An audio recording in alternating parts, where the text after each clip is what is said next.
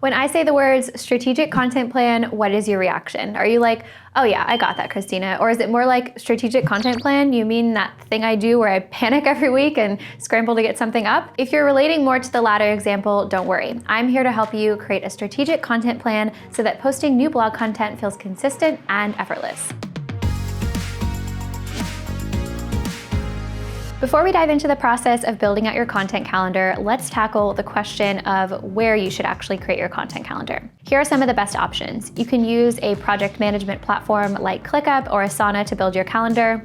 You could create a content calendar on Google Sheets or use a free editorial content calendar template so that you don't need to start from scratch. You could also use a dedicated content calendar platform like Notion, or of course a physical platform if you're a pen on paper type of person and don't have team members that also need to see the calendar.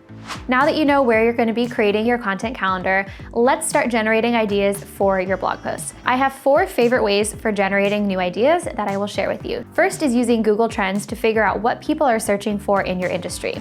If you want to write a blog post about yoga, you could set these filters to search within the yoga and fitness category for the term yoga and see what's trending. Second, use Pinterest. Let's say you're a holistic health coach and looking for new ideas for content to produce. You might search holistic health on Pinterest like this. The pins that show up at the top, other than the sponsored ones, are pins that have performed the best on Pinterest, so they're a good indication of the type of content people want to see. Third, analyze what your audience has been asking you about and see how you can translate that into a post.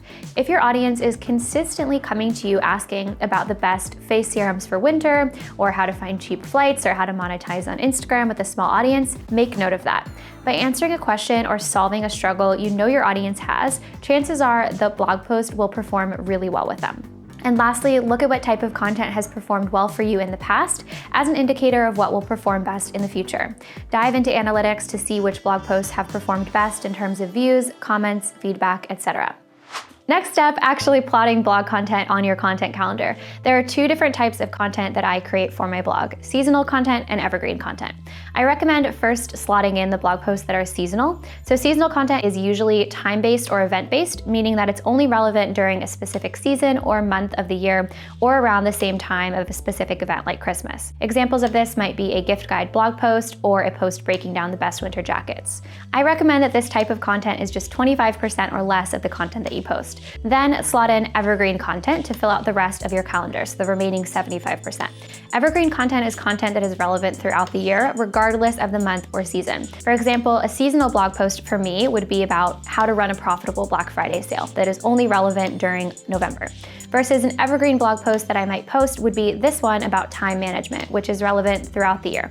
I recommend that evergreen content, again, is the vast majority of the content that you post, because seasonal content is only relevant for a short period of time, and you want most of your blog to be relevant year-round. Before you start filling out a content calendar, create a content bank or document with the ideas you want to write about. My 4 main content buckets are social media, blogging, brand collaborations, and business tips. I recommend having a different section for each of your content pillars and generating as many ideas as possible for each.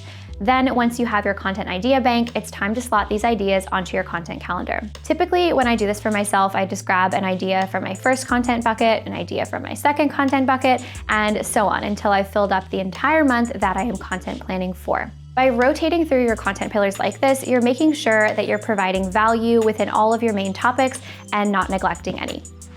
And voila, that is the process for building out a blog content calendar. I hope this episode helped you feel less overwhelmed when it comes to the seemingly overwhelming process of planning content for your blog. In the next episode, I will be talking about how to start generating affiliate income using your blog. So if you're not already subscribed, go hit the subscribe button, and I'll see you then.